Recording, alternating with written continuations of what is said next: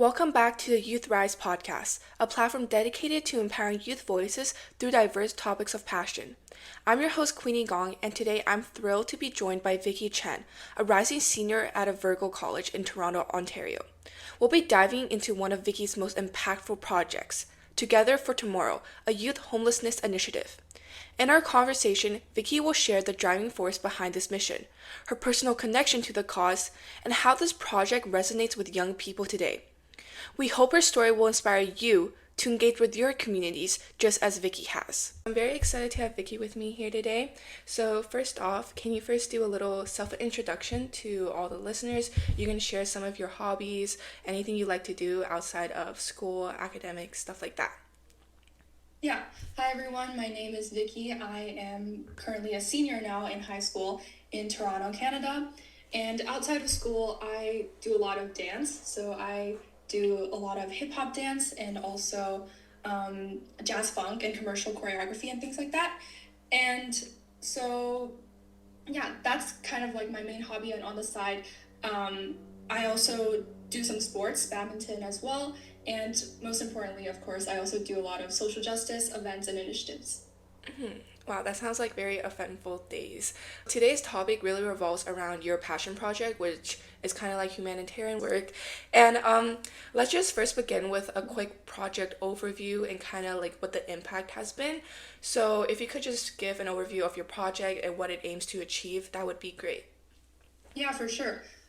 So the project I'm going to be talking about today is called Together for Tomorrow, and it's essentially a nonprofit that I co-founded with a friend of mine, and it focuses on supporting youth without youth right now in shelters especially, and we host donation drives and initiatives for youth homelessness, and we partner with schools, churches, and community centers to host these donation drives and also raise awareness about the issue as a whole. So that's kind of like the main overview of the project. And what have been some of the most impactful results of your donation drives or presentations? So we do a couple things for Together for Tomorrow. So first of all, we host donation drives, right? So we partner with schools, community centers, and churches to host these donation drives. So in December, we had a round of winter donation drives. So there was this one school, especially if you're talking about like most impactful, there was this one school that we hosted a donation drive with that donated, I think it was like 160 something like boxes of donations from that one school alone. And they had like different homerooms, sort of like this like competition thing where like they had each homeroom have a box and they would like raise donations for like clothing, essentials, things like that. So that was one of our most successful, I guess, donation drives in the past couple months.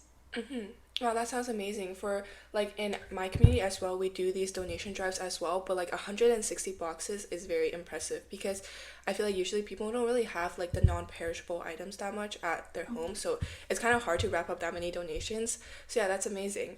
And just going back to your project, like how do you really measure success for your initiative? Is it more so you look at the impact for the students, or do you have any specific numbers you'd like to share? I think for us, one of the ways to measure success is obviously the amount of donations that we got. I think for schools, we kind of predict we're like, oh, like how much donations do we think we can raise from this initiative, right? But it's also like we are raising donations, and sometimes it's just like, oh, people donate however much they want to donate. But it's also like we want to maximize our engagement with the community and we want people to help us. So obviously our priority is also to raise awareness. And if people know about the issue, they're more also inclined to help. So that is also, I guess, a measure of success, just how many people engage with the initiative and whether or not we have more tips or more strategies that we can implement to actually achieve those results. So I don't know if we have a solid metric to how we achieve success, so to say, but I do think that when we're like, oh, we're not getting as many donations, what is the reason behind that? And sometimes it's just we don't have that many donations, and that's fine. But sometimes we're like, oh, can we also implement some strategies to raise awareness about the issue? Mm-hmm. Yeah, for sure. I think there's kind of like that two-way connection because you're kind of the middleman there. You're engaging with the person who's actually giving you the donations, and then but you're also helping those who are in need of them. So yeah. And we're gonna now like switch gears. Thank you so much for giving that quick overview. We're gonna switch to more so about yourself and how you engage in this initiative, kind of like your motivation and how it got started. So first off, what kind of inspired you and your co-founder to start this initiative focused on youth homelessness? Yeah, for sure. So when I was younger, this is kind of like a more like personal story now, but when I was younger, I had this pretty distant relative in my family who was having a hard time and who was experiencing, I guess I would say homelessness, and she also had a kid, right? And the kid was kind of the same age as me. And so I remember when I was younger, me and my mom would have these like blue IKEA bags, and we would put all my all clothes, some new, some are like gently used, and then we would also donate it and send them off to like this relative and also people that are in need of help in that area, like where my relative lived. And so that was something that I did often when I was a kid, and I would just go to these have like put donations in these bins and like send them off. That was something that I did a lot as a kid. So when I got older, I was like, oh, I really want to help out more, and I want to create a bigger impact, because obviously I saw it firsthand, and I was like, my literal blood relative who I am connected to by blood is having a hard time, and I want to help out, and I can see how much my donations helped them out when I was younger. So I was like, now I'm in Canada and I no longer live in China, but I'm like, maybe I can also help out the local community in some way and also give them the help that they deserve. Mm-hmm. Yeah, that's like quite an amazing story. I feel like it's like a full circle that you were able. First, it was like a connection you personally had, and then you moved it to something way more impactful through like a nonprofit, an initiative that is helping your very own community. Because I think in every community there is that portion where they are in need of some type of support that they can't achieve just through like government funding and etc. So yeah, you kind of shared a lot of your like personal story. That was very amazing to hear, and your background as well that influenced this passion project. After establishing this initiative, was there like a specific moment or like a story like the one you just talked about that solidified your commitment to this project, where you were like, yes, this is what I want to do. I really enjoy doing this type of work. Yeah, for sure. There was this one time, because we partner also with shelters as well. We partner with shelters as well. So there was this one time where the director of the shelter invited us into the shelter to have a visit and also talk to some of the kids there. So we got to actually go into the shelter, and we also got to talk to some of the people there that also experienced homelessness. And I remember specifically, very vividly, there was this one girl who was leaving the shelter the next day and was in need of clothes. So we literally came the day before she left the shelter, and she was talking about how much the donations would help her, and also how she would be able to just take the clothes with her. So I think talking to the kids there and also visiting the shelter in itself, we can see where all our work went into. And I think that was a very impactful moment for me, and I was like, wow, this is really something that I want to continue with. Wow, yeah. I think there's a lot of like connections you make through this type of work, and like being able to talk to the children themselves face to face. I think that can really like hit someone's heart and like be like, oh yeah, this is something amazing that I'm doing. And yeah, it is something that great that you're doing right now in your community. And like I said, there is really that collaboration aspect with your very own team, but also with the shelters and then with the children who need them. So have you faced any challenges in organizing your campaigns? And if so, how did you kind of overcome them? Yeah, I think the main challenge that I experienced was with the starting process. I think for a lot of these initiatives, and especially also other initiatives that I have started in the past, I think the hardest was like to start, because when I started, I had very limited knowledge and I didn't really know how to proceed and how to create an impact, so to say, and how to actually get people engaged, and also how to find collaborations between schools. And I think for me, how I overcame that was I just got started. Essentially, I was just like, I am going to make a plan for myself, and I'm going to follow this plan and organize it to the best of my ability, obviously with intention and with you know, respect. But I'm also like, if mistakes happen, it's inevitable, that's okay. But I'm just going to get started and see where this path takes me, I guess. And I think for me, one was like collaborating with people. I didn't really know how to reach out and how to actually get people to want to help out with my initiative. So at first, this is a very, it brings back a lot of memories, but I emailed, I think it was 130 something schools. Oh, wow. Like I emailed the principal and I emailed like individually, like one-on-one, 130 something when I first got started.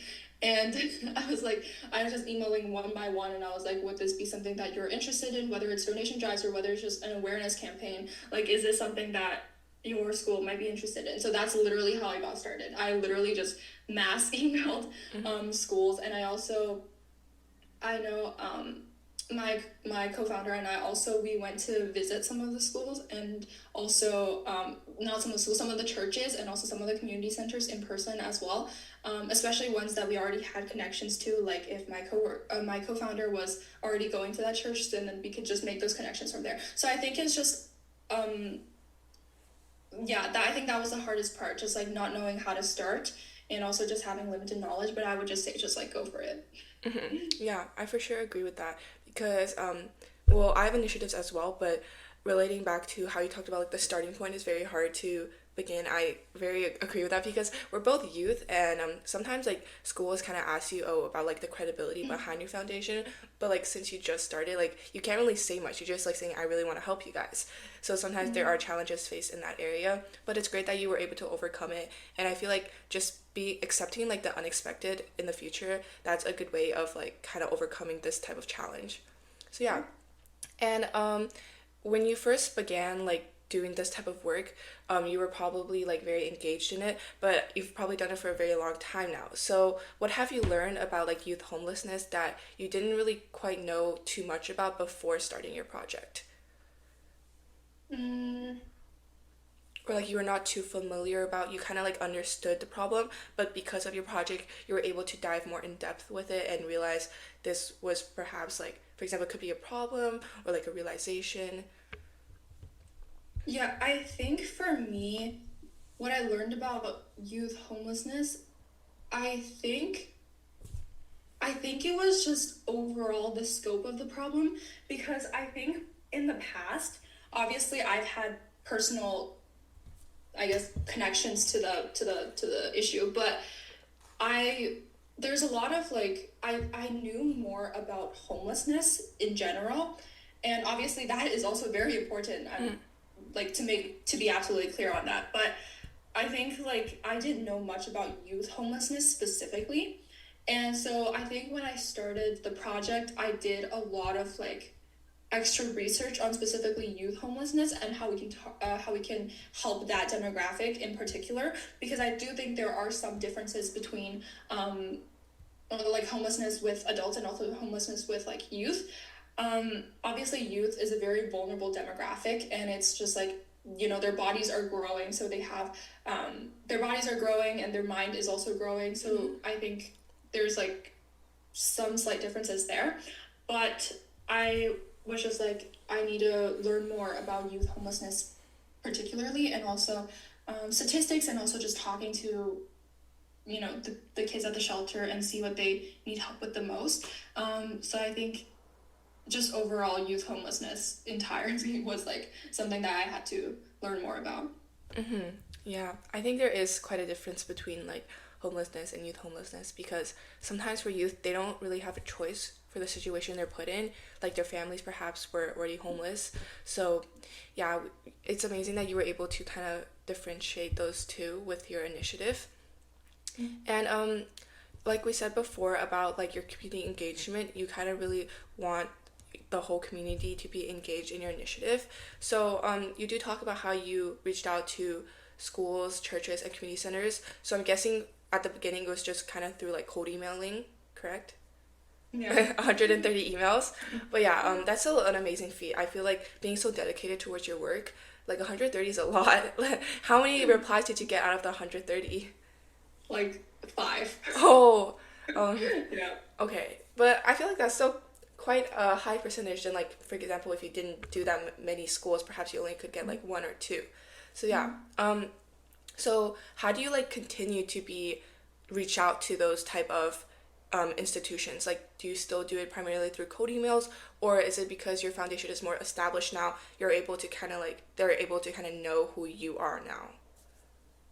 Mm, we still reach out to institutions, but I think we have already made some connections with schools. So the school that I was talking about, like the 160 something bags, that school actually was like, oh, we would actually want you guys to come back this winter as well to host a new initiative and a new like youth homelessness related event or awareness campaign or whatever.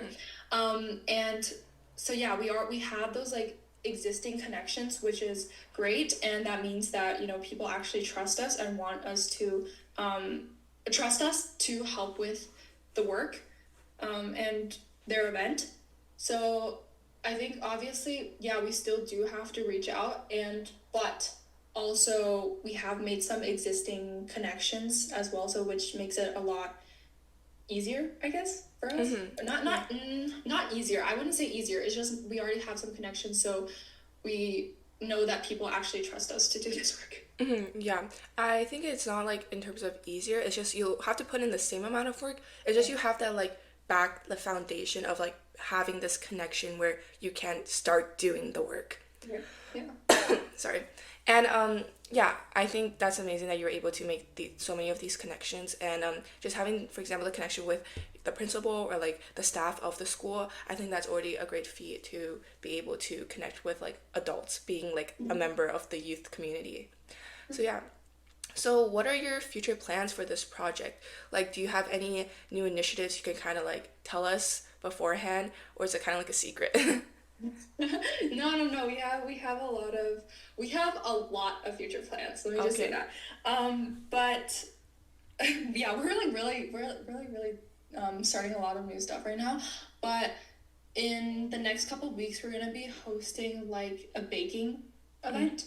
So we have like collaborations with churches, and we're gonna collaborate with those churches to have everyone come in with some baked goods, and whether they buy it or they bake it themselves, and then we're also going to send them off to the shelters as well, so like just like little treats that they to give them.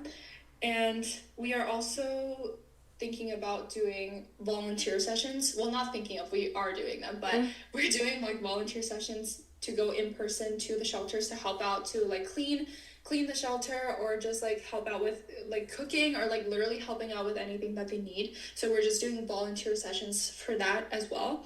I guess those are the two main ones in the near future. Wow. Those sound like some very fun events that are upcoming.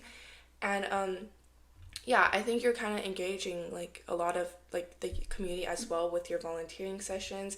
And the bake sale, I bet it'll be like pretty fun, just like inviting a ton of people from the community to bring in their very own baked goods or like stuff they buy for the church or other people who are in need. So yeah, those sound like very fun events. So do you have like any advice you would give to like other young people or like youth themselves who want to start their own community focused projects just like you did? Yeah, I think for me, it's like, don't be afraid to reach out for help. I think like on this process, a lot of times I was really like confused, and I didn't know how to continue or how to start it. And I think a lot of people are more willing to help than you realize. And I think just by like asking, I just asked some of either people that I knew who also have community focused projects, or people who are already part of something that that is related, and they have already done stuff like this before. Just asking them, reaching out for help, and being like, how do I make this work and how do I make this better, always is something. Also, another thing that I would say is just like, always make sure that you are like improving and also doing things with intention. I think it's just like, think about how your work is going to impact other people, like whether positively or negatively, and always be mindful and aware of that, and make sure that like your words or your actions are actually helping other people and helping everyone involved. I think that's I don't know if that makes sense, but I think that's just really important, something that I learned. Yeah, for sure. I definitely agree with your last statement because like after hearing your story, there is that really like strong passion and the attention to help the community. You have like a clear reason, a clear mission, a vision, but sometimes I guess this can like mislead other youth to start something similar when they don't have like those type of goals. So yeah, I think because this is a very sensitive like area and a very like they are like clearly in need and it is like the reality, I feel like people who do engage in this type of work should really be serious about it. And definitely you are because of what you've told me already, but I definitely think other people should be, of course, more aware about this. I think one more thing is also, inevitably mistakes will happen and you will make mistakes. I think it's important to, take accountability for mistakes and also actively think about how you can improve on them in the future. I think that's really important, especially for like initiatives like this. If you make a mistake or if you do something that is not helpful or not positive, then like apologize and own up to the mistake and actually like improve on it in the future. I would say. Yeah. Consistent improvement is also a very big aspect of like leading initiatives because you learn from your mistakes and then you should probably grow from them as well. So yeah, now how can listeners kind of support your cause? I know it's very like community based, but do you have any sort of way that they could, if they're interested in also helping youth homelessness, how they could maybe reach out to your organization or connect with you guys some way? Yeah, for sure. Well, we have a website and we also have an Instagram. I don't know if I should say it, but or if you can say it. Yeah, like okay. Our website is together for and then tomorrow, but it's like tmr.org. So that is our website, and you can also find our Instagram through that as well. And you can reach out to us or even just like send us an email if you want to help out. But you can also, if you are based in Toronto or if you're currently living in Toronto, you can also sign up to volunteer with us because we're hosting volunteer sessions in the future as well. So you can also do that. Or you can just help us virtually if that is something that you're also interested in. We have plenty of opportunities here. There are plenty of ways to get involved. And also, even if it's not with us, just like help out like locally. There's a lot of shelters right now that are in need of help, and also local organizations that you can also help out with. So both ways work. Yeah, okay, amazing. I'll also put like your Instagram and your website on like the description bio of the podcast. So if they really do want to reach out, then they can go through there. But yeah, I think we kind of covered a lot today. Your personal story, going towards your initiative, and then kind of your future goals for that initiative as well. So do you have any last words you'd like to share to the listeners? Any like, you could share a message about your initiative, or you could just share anything you'd like. Yeah. Anything I'd like. Okay. I think just like when you see someone in need of help, like please help them. Like if you can get involved in your local community, I would really highly suggest you do that. There are, many ways that you can get involved, and even if it's just something simple, even if you're just like, oh, I want to learn more about the issue today, I would really encourage everyone to just go online, like search up some information and like educate yourself on any issue that you're passionate about, and start from there. Just start slow, I guess. Yeah. slow. Start easy. Like just do Just anything start. that you can, Yeah, or just anything start. that you want. Yeah, I think research is also very important because to kind of have an initiative, there must be a problem to begin with. Like youth homelessness is definitely a major problem in every community. But if you would like to start like a different type of initiative related to kind of your very own passion that is not like homelessness, you kind of have to first see like within your community if it is a problem to be able to solve it. So yeah. So thank you so much for your time today, Vicky. You said some very wise, kind words, and I hope that a lot of people who listen to this podcast are able to learn from you and what you're currently doing in your community. So yeah, thank you so much for today. Thank you for having me.